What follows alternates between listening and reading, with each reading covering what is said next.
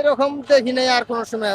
ভালো লাগতেছে। আমি সচিবালয়ের মেট্রো রেলের স্টেশন থেকে হাইটে হাইটে আসছি, অনেক ভালো আসছি আলহামদুলিল্লাহ।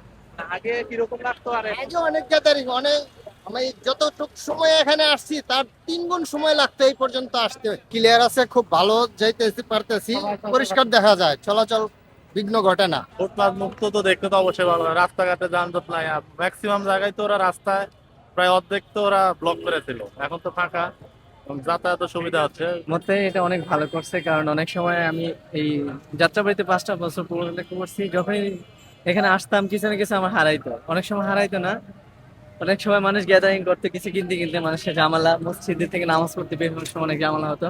কিন্তু আমি মাত্র এসে দেখলাম যে এগুলা সবকিছু উঠে দেওয়া হয়েছে, অনেক সুন্দর লাগতেছে।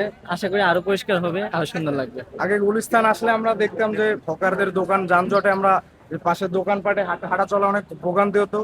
এখন এই যে ফার্স্ট টাইম দেখলাম এরকম যে যানজট, এই হকার মুক্ত এই হাঁটা চলার সুবিধা আছে।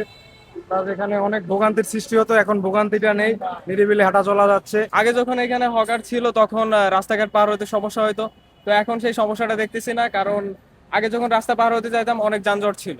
তো এখন ফাঁকা আছে, এখন আলহামদুলিল্লাহ ভালো লাগছে জিনিসটা দেখে, আজকে স্বাধীনভাবে হাঁটতে পারতেছি।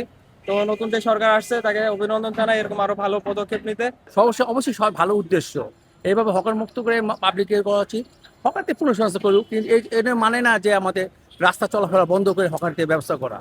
হকারদের যে জায়গায় আছে সে আগে ব্যবস্থা হবেই, কিন্তু এখন যে ঢাকা পরিস্থিতি, এটা অ্যাকচুয়ালি বিশ্বের কাছে এটা বলা যায়।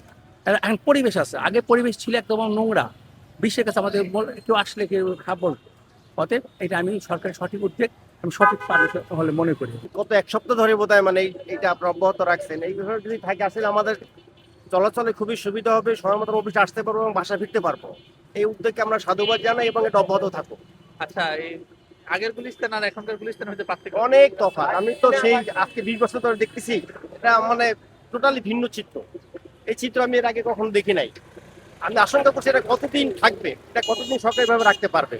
আচ্ছা, এটা আপনি সরকারের এই পদক্ষেপটা কিরকম ভাবে দেখছেন? অবশ্যই ভালো, অবশ্যই এটা প্রশংসার দাবিদার।